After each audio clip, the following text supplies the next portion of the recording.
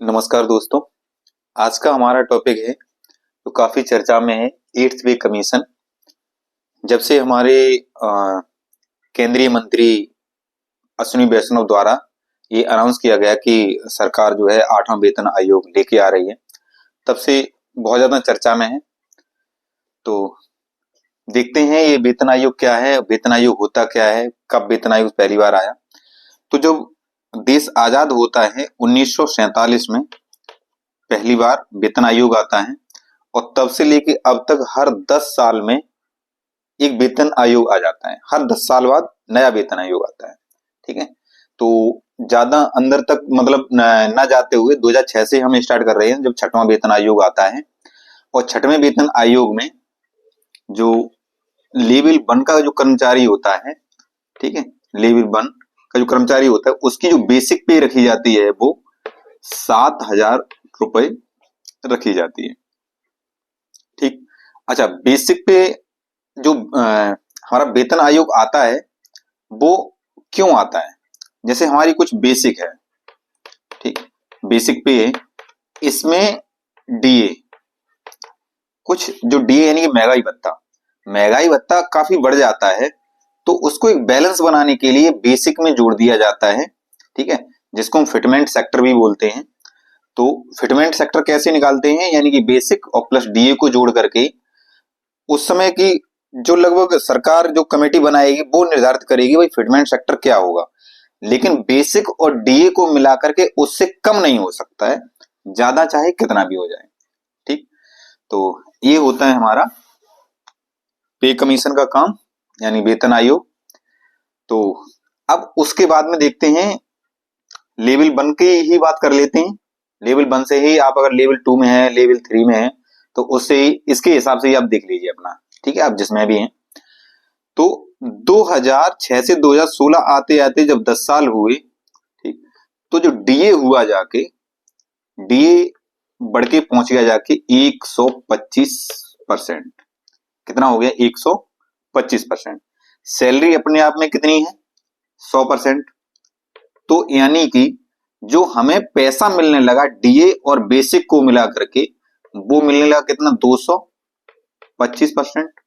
और 225% का प्लस क्यों कर दिया?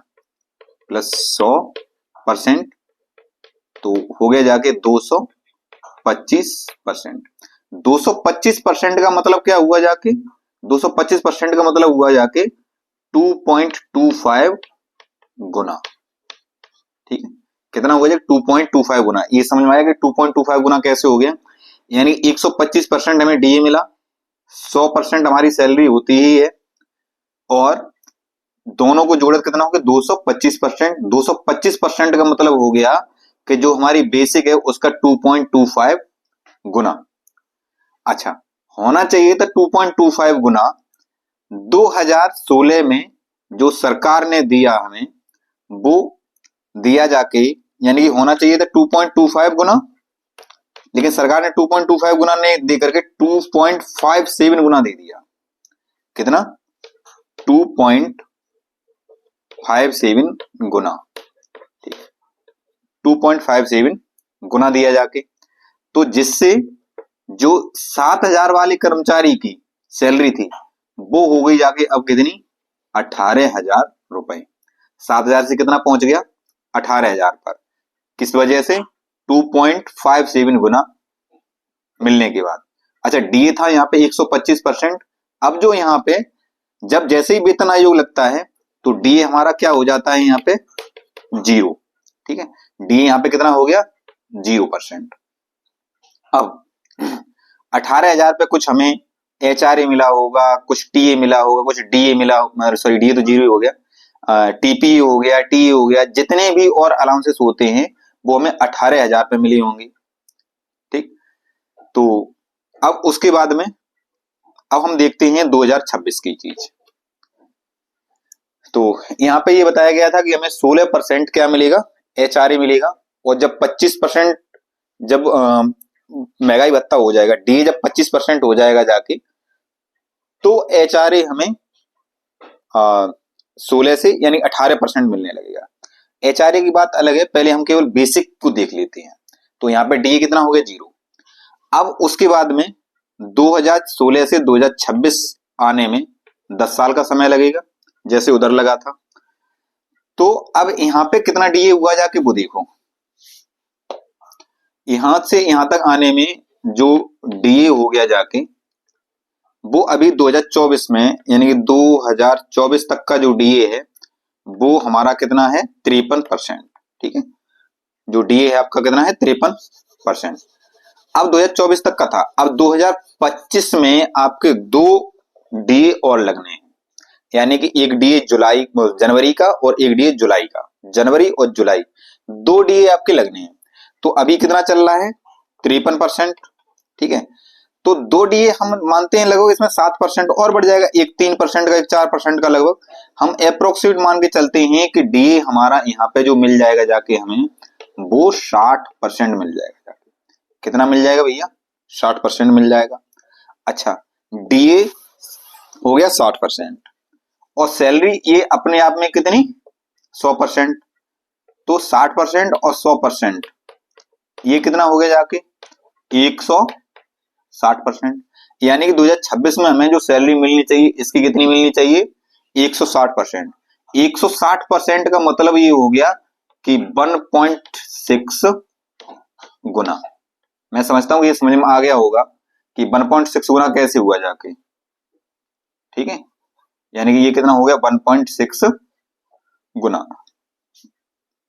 ये बताओ, यहां पे जब मेरा 2.25 गुना हो रहा था तब सरकार ने हमें कितना दिया 2.57, मतलब कि बढ़ा के दिया। हमने क्या बताया कम नहीं दे सकती सरकार।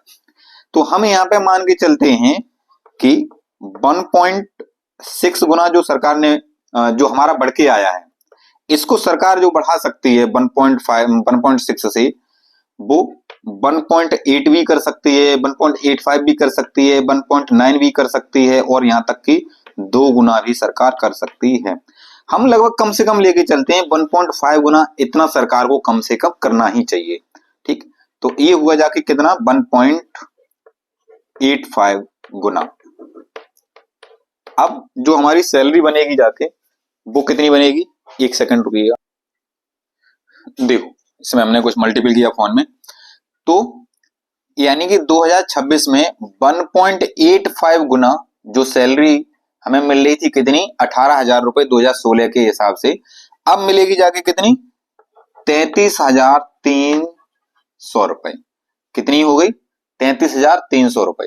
अब 33,300 रुपए पे हमें इसका, अब आपको जितनी भी सैलरी ये सैलरी मिल रही है अब उसके बाद में आपका एचआरए इसमें जुड़ गया। ये मूल सैलरी नहीं हुई जाके, कुल सैलरी नहीं हुई जाके, ये तो आपका केवल बेसिक हुआ जाके। ठीक है, अब बेसिक के बाद में यानी कि बेसिक जो आपकी हो गई जाके 33,300, इसमें आपका एचआरए ऐड होगा।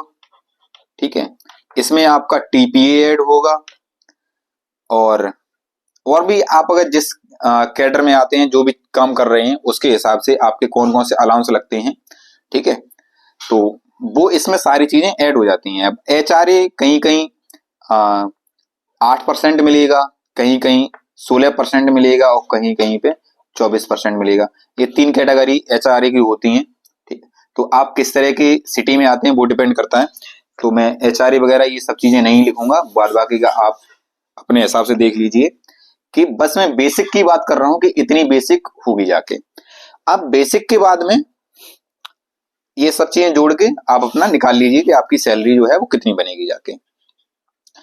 अब कुछ सवाल ये उठता है कि कोई व्यक्ति ऐसा है जो 3 साल से जॉब कर रहा है, जो व्यक्ति 4 साल से जॉब कर रहा है, क्या उसको भी इतनी ही सैलरी मिलेगी? क्योंकि अभी जो बेसिक होगी वो इससे कम होगी, तो क्या इतनी? नहीं, ये गलत है। जैसे आप कर चुके हैं, मान लीजिए 3 साल नौकरी कर चुके हैं, तो यहां पे लिखो 3 वर्ष बाद, 3 वर्ष बाद आपकी जो जॉब है वो 3 साल की हो चुकी है। तो 3 साल बाद जो हमारी बेसिक बनेगी जाके वो कितनी बनेगी जाके, देखो 33,300 मल्टीप्लाइड बाई, और हर वर्ष एक इंक्रीमेंट लगता है 3% का।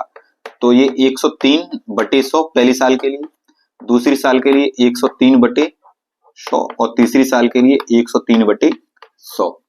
जब आप इसको कैलकुलेट करेंगे, ठीक है, इस वैल्यू कैलकुलेट करेंगे तो आपके 3 वर्ष के बाद में आपकी सैलरी निकल के आ जाएगी, यानी बेसिक निकल के आ जाएगी।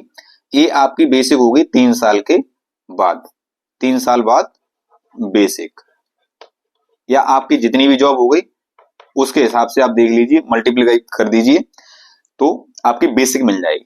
अब ये आपकी जो बेसिक आई है, अब इस बेसिक पे आपको एचआरए नहीं मिलेगा, इस बेसिक पे आपको टीपीए नहीं मिलेगा, आपको इस बेसिक पर एचआरए टीपीए आपके जो भी अलाउंसेस हैं वो इस बेसिक के आधार पर मिलेंगे। ठीक है, तो ये था हमारा आज का टॉपिक। मैं समझता हूं कि आपको बड़े अच्छे से समझ में आ गया होगा कि 8वें वेतन आयोग में हमें कितनी सैलरी मिलने वाली है।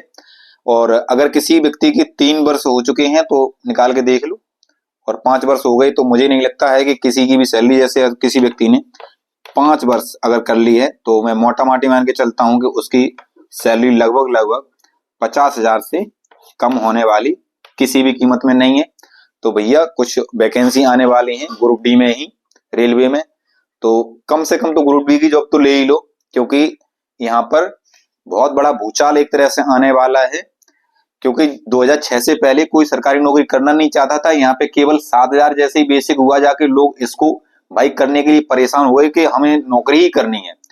और जब 7,000 से लेके जब 18,000 आई तो इसने एक तरीके से ये मान लिया कि भाई सरकारी नौकरी बहुत बड़ी चीज हो गई, सरकारी नौकरी से ज्यादा अच्छी कोई चीज है ही नहीं। और जब 2026 में भैया जब बेसिक ये होगी जाके ना, कम से कम वाली बेसिक है, ये लेवल बन की है, अब आप किस लेवल में आते हो उसके हिसाब से आप देख लो। यानी कि हर लेवल की एक अलग बेसिक है, जैसे लेवल 2 की 19,700 है कुछ, ठीक है, तो उस हिसाब से सारी चीजें अपनी कर लीजिए, देख लीजिए, मल्टीप्लाई कर लीजिए। तो मैं समझता हूं कि आपको ये वेतन आयोग समझ में आया होगा। Thank you so much.